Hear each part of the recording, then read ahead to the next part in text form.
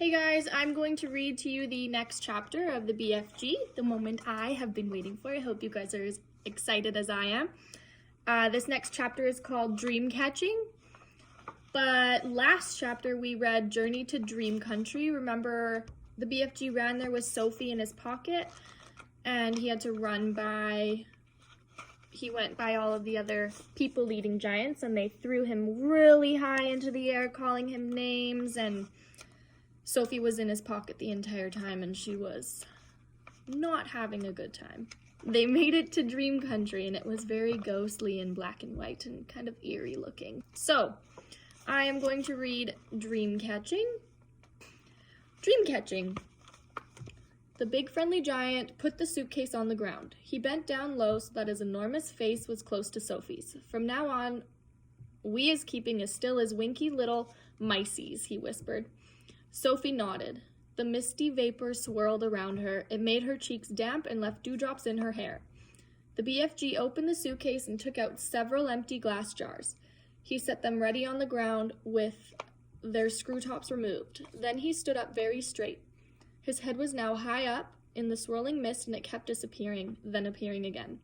He was holding the long net in his right hand. Sophie, staring upwards, saw through the mist that his colossal ears were beginning to swivel out from his head. They began waving gently to and fro. Suddenly, the BFG pounced. He leaped high in the air and swung the net through the mist with a great swishing sweep of his arm. "Got him!" he cried. "A jar! A jar! Quick, quick, quick!" Sophie picked up a jar and held it up to him. He grabbed hold of it. He lowered the net. Very carefully, he tipped something absolutely invisible from the net into the jar. He dropped the net and swiftly clapped one hand over the jar. "The top," he whispered. "The jar top." Sophie picked up the screw top and handed it to him. He screwed it on tight, and the jar was closed. The BFG was very excited. He held the jar close to one ear and listened intently. "It's a wink squiffler," he whispered with a thrill in his voice. It's even better. It's a fizz wizard. It's a golden fizz wizard." Sophie stared at him. Oh my, he said, holding the jar in front of him. "This will be giving some little toddler a very happy night when I is blowing it in." "Is it a really good one?" Sophie asked. "A good one," he cried. "It's a golden fizz wizard. It is not often I is getting one of these."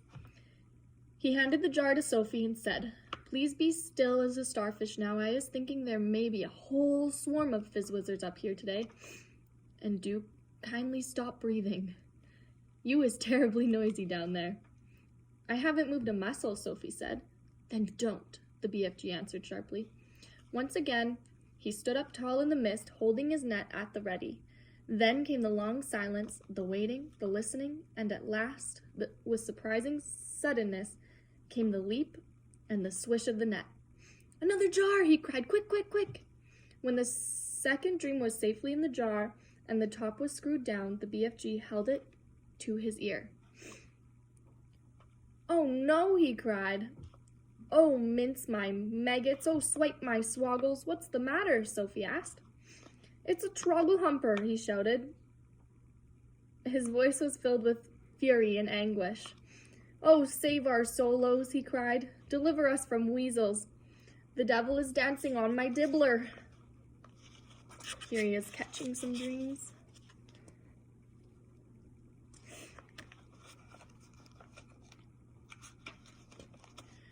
"What are you talking about?" Sophie said. The BFG was getting more distressed every moment. "Oh, bash my eye bones!" he cried, waving the jar in the air. "I come all this way to get lovely golden dreams, and what is I catching?" "What are you catching?" Sophie said. "I is catching a frightsome trogglehumper," he cried. "This is a bad, bad dream. It is worse than a bad dream. It is a nightmare." "Oh dear," Sophie said. "What will you do with that?"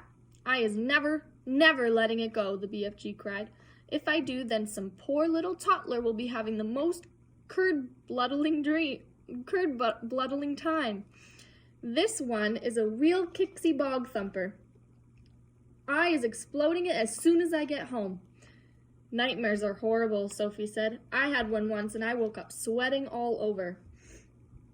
"With this one, you would be waking up screaming all over," the BFG said. This one would make your teeth stand on end. If this one got into you, your blood would be freezing to icicles and your skin would go creeping across the floor. Is it as bad as that? It's worse, cried the BFG. This is a real wopsy-gwab switcher. You said it was a trogglehumper, Sophie told him. It is a trogglehumper, cried the exasperated BFG. But it is also a bog thumper and a grob switcher. It is all three riddled into one. Oh, I is so glad I is clutching it tight. Ah, you wicked beastie, you, he cried, holding up the jar and staring into it. Never more is you going to be bunk-doodling the poor little human-beanie toddlers. Sophie, who was staring into the glass jar, cried out, I can see it! There is something in there! Of course there's something in there, the BFG said. You was looking at a frightsome trogglehumper. But you told me dreams were invisible.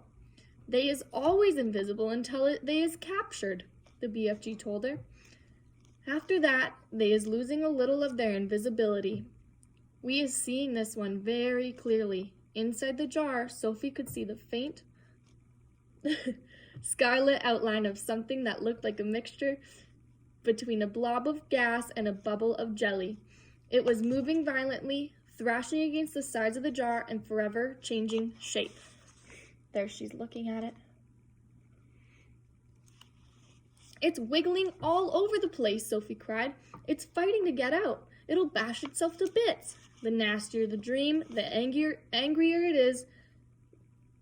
The angrier it is getting when it is in prison, the BFG said.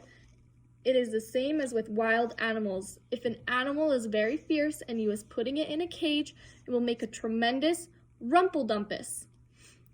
If it is a nice animal, like a cockatoo or a fogglefrump, it will sit quietly. Dreams is exactly the same.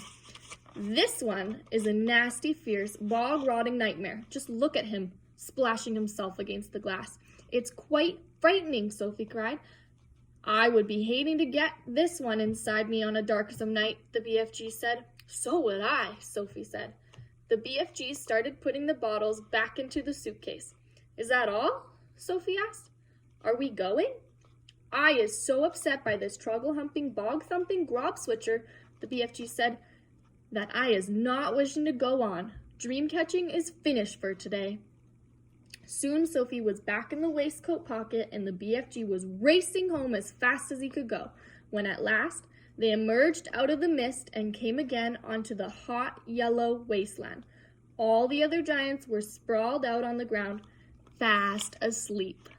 So that's the end of that chapter. Our next chapter is going to be called A Trogglehumper for the Flesh Lump Eater. I wonder what that means. I wonder what's going to happen then. You will find the questions for this chapter on Google Classroom, or I have emailed them to you. So you just have to answer the questions. They're not going to be in your package.